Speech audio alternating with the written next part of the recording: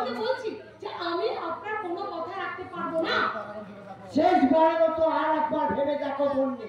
জানি আমার ভাই একটা মস্ত ভুল করে ফেলেছে। জানি আমার ভাই একটা মস্ত বড় ভুল করে ফেলেছে। তার জন্য সে ভীষণভাবে তার কৃতকর্মের জন্য আমি তোমার কাছে ক্ষমা চাই।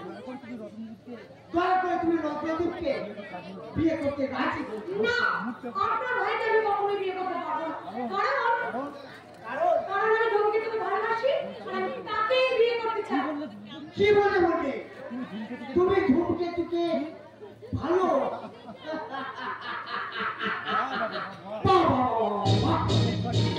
চমৎকার ডিসিশন। যে তোমার দাদার পরম শত্রু, তুমি তাকে কিনা বিয়ে করতে চাইছো? কি বলেন? আমার দাদার পরম শত্রু? হ্যাঁ বলবে। তোমার দাদার উপর প্রতিশোধ দিতে ধূমকেতু তোমার সঙ্গে ভালোবাসার অভিনয় করেছিল। কি বলছেন আপনি? ধূমকেতু আসলে সাসপেন্ড পুলিশ অফিসার ঈশানী সরকারকে ভালোবাসে।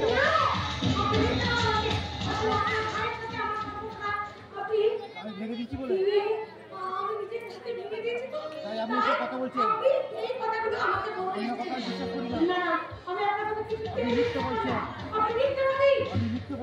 আমি মিথ্যে বললেও ধূমকেতু আর ঈশানী এই রোমান্টিক ছবিগুলো মিথ্যে বলছে না। আমার ভাই বহু কষ্টে গোপনে এই ছবিগুলো তুলেছে। এই নাম রাখো।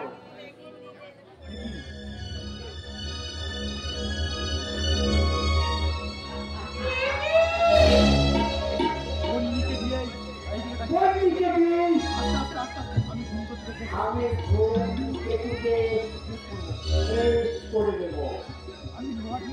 আমি লোহা দিয়ে লোহা কাটবো।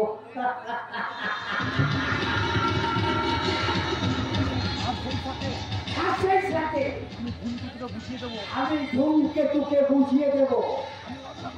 আমি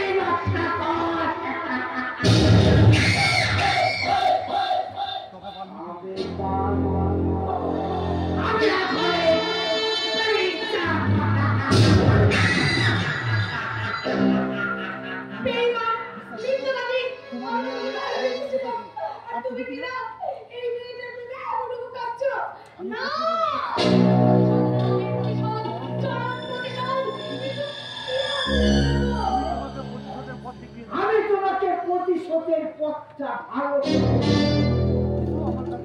এসো এসো, তুমি আমার কাছে এসো।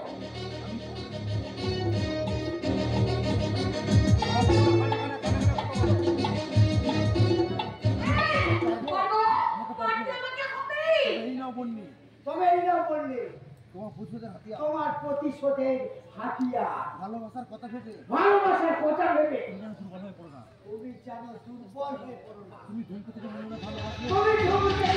মনে ভালোবাসো। ধূমকেতু কিন্তু তোমায় ঘৃণা করে। শুধুই ঘৃণা।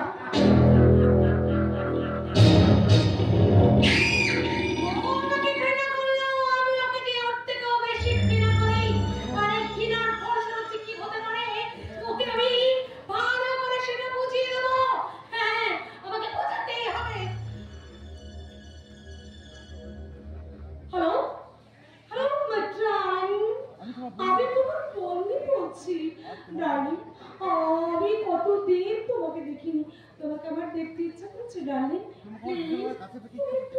আমার কাছে চলে এসো না, আমার তোমাকে খুব কাছে পেতে ইচ্ছা করছে।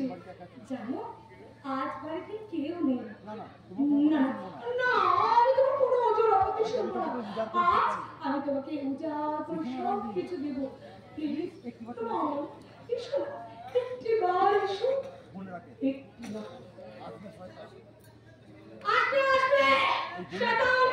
আমার ডাককে তোমার শুনতেই হবে। আমার শরীরটাকে তুমি কিছুতেই উপেক্ষা করতে পারো না, তাই তো? আমার কাছে যখন তুমি এসে আমার লোভে পড়ে আমার শরীরটার উপর ঝাঁপিয়ে পড়বে আর প্রেম করে আমি তোমাকে ধূমকেতুর বুকটাকে তুমি ফালা ফালা করে দেবে, তাই না বলনি? ধূমকেতু তাই যাও বলনি। অমনি তাই দাও। তোমার মনে তোমার মনের জ্বালা জোড়াতে তুমি আমার বুকে ওইটা তুমি আমার বুকে বসিয়ে দাও। কি হলো মারা ছুরি? কি হলো? মারো, মারো বলছি। না মানে আমি না মানে আমি যে উত্তাল সমুদ্রে তুমি বেরিয়ে এসছো, যে উত্তাল সমুদ্র ফিরে এসেছে সে কিনা সামান্য একটা নালীতে ডুবে মরবে, এ কথা তুমি ভাবলে কি করে বলো? কিন্তু তুমি কি ভেবেছিলে এই ধূমকেতুর বুকটা সারা মাখনের মতো নরম, সে এত সহজে সেটা ফালা ফালা করে দেবে? না বলে এই ধূমকেতুর বুকটা ইস্পাতের মতো কঠিন।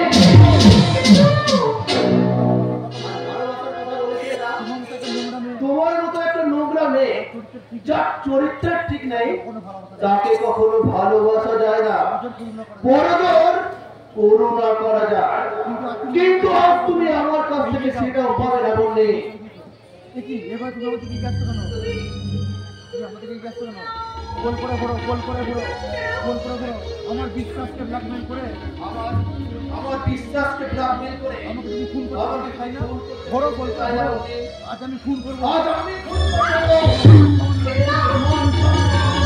আর নারীত্বকে, আজ শুধু কেউ ভাবতে পারে না, আত্মকে কেউ বাঁচাতে পারবে না। এই শরীরটাকে নিয়ে করে এই দেখতে হবে। শরীরটাকে কত বড্ড হতে পারে না। এই শরীরটাকে তো চালিয়ে তোরা পুরুষদের স্বীকার করতে চাও। আজ আমি স্বীকার আজ করবো আমি স্বীকার করবো এই শরীরের রোগটাকে। তোর মান সম্মান আর এই শরীরটাকে। সে ছেড়ে দাও, স্বপন করে ছেড়ে দাও। না রে বাঙালি না, তোর এই শরীরটা তো একদম তোর এই শরীরটা তো এক রাস পাকে পরিপূর্ণ। এই নোংরা পাঁচ খেতে তাই নোংরা পাক খেটে আমি আমার চরিত্রটাকে আর নোংরা করতে চাই না। তো বন্নি বন্নি বন্নি তুই ওকে মারতে পুরা চেষ্টা করে। ঠিকই